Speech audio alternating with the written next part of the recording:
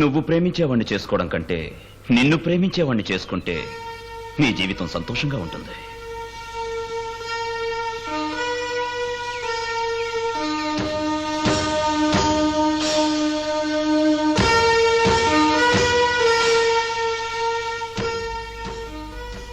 రెండే వెళదాం. ఎంత మంచి మాట చెప్పారు కదా. అవునే యారామూర్తి, నీకు వివాహం అయింది కదా, నీ పిల్ల నేను ప్రేమించే చేసుకుందా? అది ప్రేమించి చేసుకుందో లేదో నాకు తెలియదు, కానీ నేను ప్రేమించిన పిల్లే వేర్రా. ఎవరా? ఎవరా? నమస్కారం. అడిగానా? ఎవరు? నాయుడా? అవును పెద్దయ్యా. బాగున్నావా నాయుడు? ఉన్నాను పెద్దయ్యా. వేగంగా పోకు, చూసిపో. అలాగే. నేను చూసిపోవాలట. వీడు నడవడానికి చేతిలో కర్ర, పక్కన మనిషి కావాల్సి వచ్చిందే. వీళ్ళంతా ఎందుకులా బతకడం? పుట్టారు, అనుభవించారు. ఓ సుక్క విషం తాగి చచ్చిపోవచ్చు కదా. వీళ్ళు చచ్చిపోతే పోలీసులు కేసు ఏమన్నా పెడతారా, లేక పోస్ట్ మార్టం పంపిస్తారా? వీళ్ళు బతకడం వల్ల వీళ్ళకి యాతన, పక్క వాళ్ళకి యాతన. ఏం పిల్లలారా, స్కూలు పోతున్నారా? పోండి పోండి, బాగా చదువుకోండి. వీళ్ళంతా చదువుకొని ఏం సాధిస్తారా?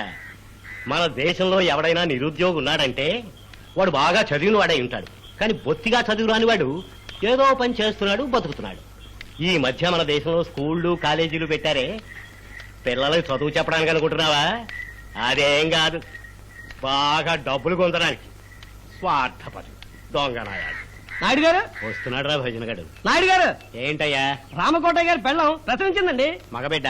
కాదండి, ఆడపిల్ల. అవునండి. మీరంత కరెక్ట్ గా ఎలా చెప్పగలిగారు? 3, 6, 9 అన్నట్టు ఆడపిల్ల పుట్టిందని ఎలా చెప్పగలిగారండి? అయ్యా, నేను అప్పుడే అనుకున్నానండి. ఏమిటి? కొన్నాళ్ళుగా మీ మొహం మారుతూనే ఉందండి. మీ మొహంలో గొప్ప కళ వచ్చిందండి. రోడ్లో నడుస్తూ ఎక్కడో పుట్టిన పిల్ల అది ఆడపిల్లే అని మీరే పురుడు పోసినట్టు ఖచ్చితంగా చెప్పేశారే. మీరు ఎలా చెప్పగలిగారు? అయ్యా, పూర్వం మీ మొహం ఎలా ఉండేదో తెలుసా అండి? ఎలా ఉండేది? ఎర్రచందన స్మగ్లర్ వీరప్పన్ మొహంలా ఉండేది. ఇప్పుడు కోట శ్రీనివాసరావు ఉన్నారు. వెల్లటూరు గ్రామ ప్రజలారా, వచ్చే ఆదివారం మన వెల్లటూరు కుస్తీ సాధులకి, కొనుగోళ్ల కుస్తీ వస్తాదులకి మహత్తరమైన కుస్తీ పోటీలు జరుగుతాయి. కుస్తీలు చూడడానికి అందరినీ రండి రండి అని ఆహ్వానిస్తున్నాం. ప్రవేశం ఉచితం. బ్రహ్మాండమైన ఈ కుస్తీ పోటీలను చూడ్డానికొచ్చిన పెద్దలారా, పిన్నలారా, సోదర సోదరీమణులారా, మీ అందరినీ సహృదయంతో సగౌరవంగా ఆహ్వానిస్తున్నాం. ఈ కుస్తీ పోటీలకు మన వెల్లటూరు చైర్మన్ జనాబ్ సయ్యద్ అలీ అబ్దుల్ ఖాదర్ గారు అధ్యక్షత వహించి ప్రారంభిస్తారు.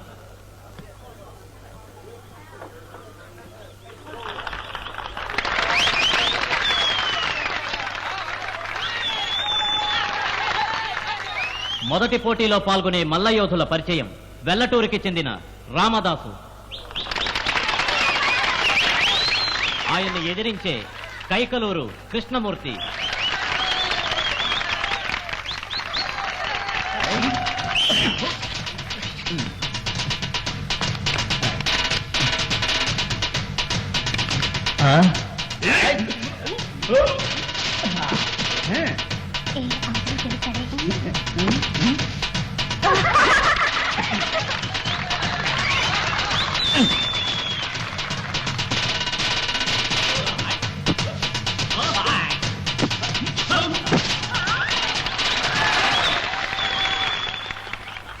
మొదటి పోటీలో గెలిచిన వారు వెల్లటూరు రామదాసు.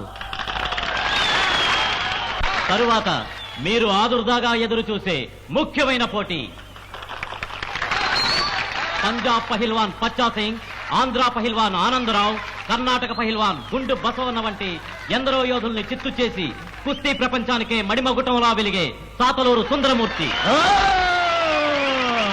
సాతలూరు సుందరమూర్తిని ఎదిరించేది వెల్లటూరు సింహం రాజమండ్రి రాజయ్య, కాకినాడ కాంతారావు, నెల్లూరు మాధవయ్య, గుంటూరు గోవిందయ్య.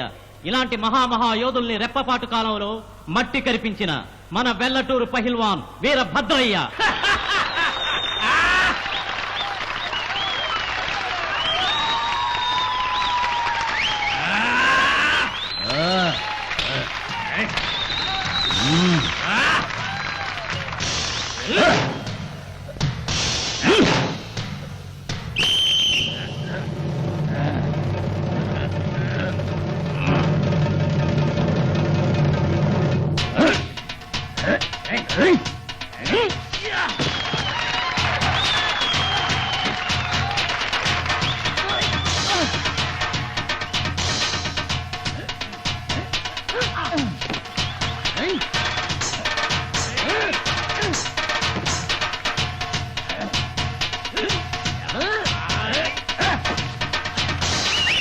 ఇలా నువ్వు రోడ్డు దెబ్బలు తింటుంటే ఏలాస్తున్నావా? ఓహో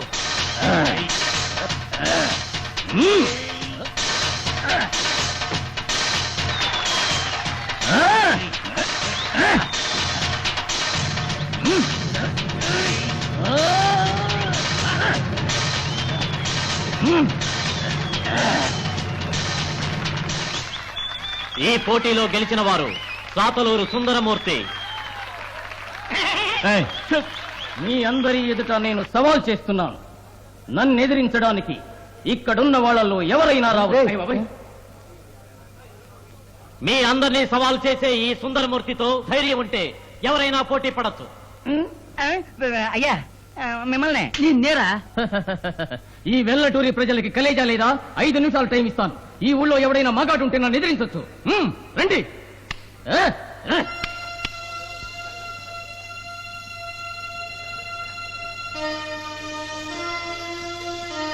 ఎక్కడికి? తమాషా చూడు. బావా ఏమిటి విజయ? ఏం బావా, నువ్వు మగాడివేగా. వాడు సవాల్ చేస్తుంటే ఊరుకుంటావేంటి? వెళ్ళి వాడి సంగతి చూడొచ్చుగా. నేనా? మరి నేనా? బావా, నన్ను చేసుకోవాలనుకుంటున్నావుగా. నువ్వు ఒక మగాళ్ళ వాడిని చిత్తు చేసిరా, అప్పుడు నేను నిన్ను చేసుకుంటాను. నిజంగానా? నిజంగానే. రండి రండి. ఇక్కడ మగాళ్ళు ఎవరు లేరా? ఏయ్ ఇదిగో నే ఉన్నాను రా. ఏయ్ పైల్వాన్, నువ్వు మగాడివా?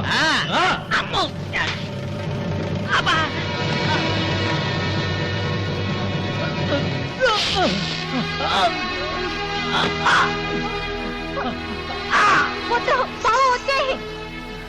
పుట్టిరామా, ఈ బావని కాపాడండి. బావా, బావ వచ్చేయ్.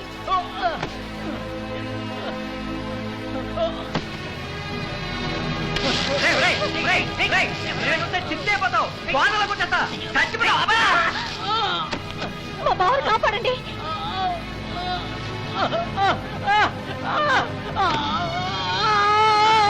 కాపాడండి, ప్లీజ్.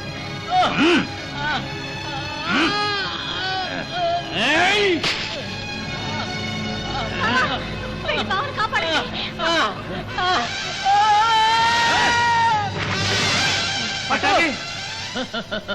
ఇంకా ఎవరైనా బలమైన మగాళ్ళుంటే రావచ్చు. సుందరమూర్తి నువ్వా? ఏ ముసలాడా, నువ్వు నాతో పోటీ పడతావా?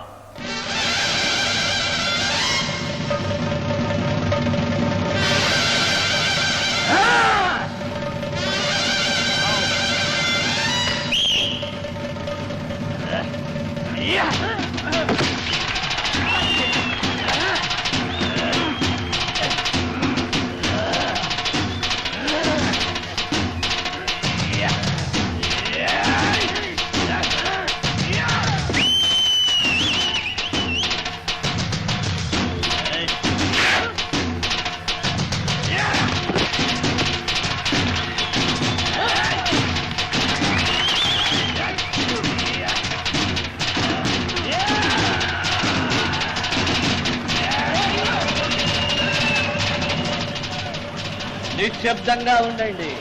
అందరూ ప్రశాంతంగా కూర్చోండి. నిశ్శబ్దం. అయ్యా, బహుమతి ఇలా పట్టండి.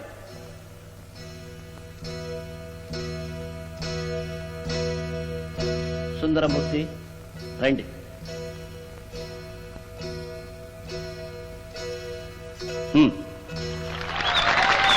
తీసుకోండి. బలం ఒక్కటే ముఖ్యం కాదు, అణకువా ఉండాలి. నన్ను క్షమించండి అయ్యా. లేవండి. పట్టు, నువ్వెందుకు గోడాలో దూకావయ్యా? నిన్నెవరు పొమ్మన్నారు? ఒట్టి అమాయకుడు. తీసుకెళ్లి వేడినీళ్ళు కాపడం పెట్టండి.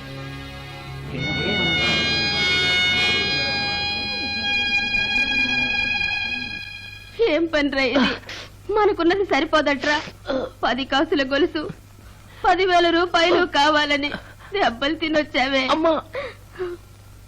రామ్మ విజయ, వీడికి నీళ్ళొచ్చినాయి. ఇప్పటి వరకు వీడిని ఒక్కరోజు కూడా వాడు నాన్నగారు కొట్టారు గారు. ఎవరితోనో కుస్తీ పట్టి దెబ్బలు తినొచ్చాడే. నా కొడుకు గుణం నాకు బాగా తెలుసు. వాడంతటి వాడుగా వెళ్ళుండడు. ఏ ముదృష్టపోళ్ళో వాడిని ఉసిగొలిపి ముందుకు తోస్తుంటారు. వాళ్ళు బాగుపడరు, నాశనం అవుతారు. నువ్వు ఊరుకోమ్మా. విజయ, నువ్వు కూర్చో. అమ్మా, నువ్వు వెళ్ళి విజయ్ కాఫీ పెట్టు పోమ్మా.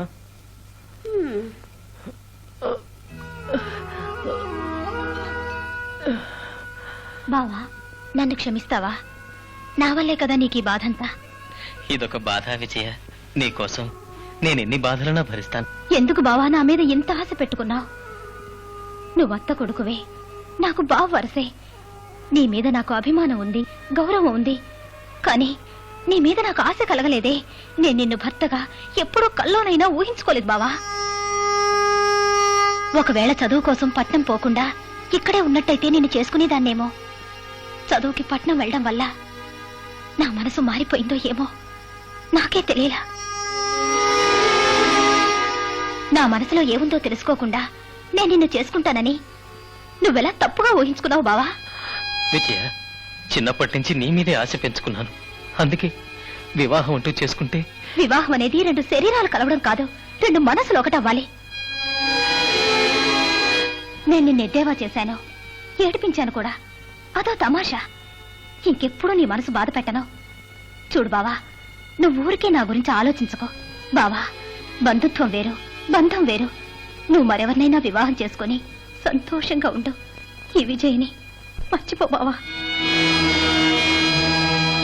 బావా, నీ ఒళ్ళు మాత్రమే కాదు, నీ మనసుని గాయం చేశాను. నన్ను క్షమించు. నేను మరెవరినైనా నా మనసులో తలుచుకుని నిన్ను కాదంటున్నానని నువ్వు అపార్థం చేసుకోకు. నిజం చెప్తున్నాను, ఇంతవరకు నా మనసులో నేనెవ్వరికీ స్థానం ఇవ్వలేదు. ఇంకోటి చెప్తున్నాను, ఒకవేళ మా అమ్మా నాన్న నిన్నే చేసుకోమని బలవంతం చేస్తే వాళ్ల మాటకి నేను ఎదురు చెప్పను.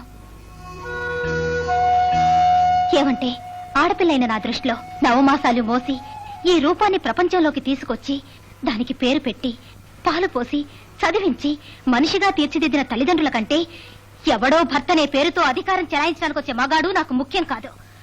మా అమ్మా నాన్నే నాకు ముఖ్యం.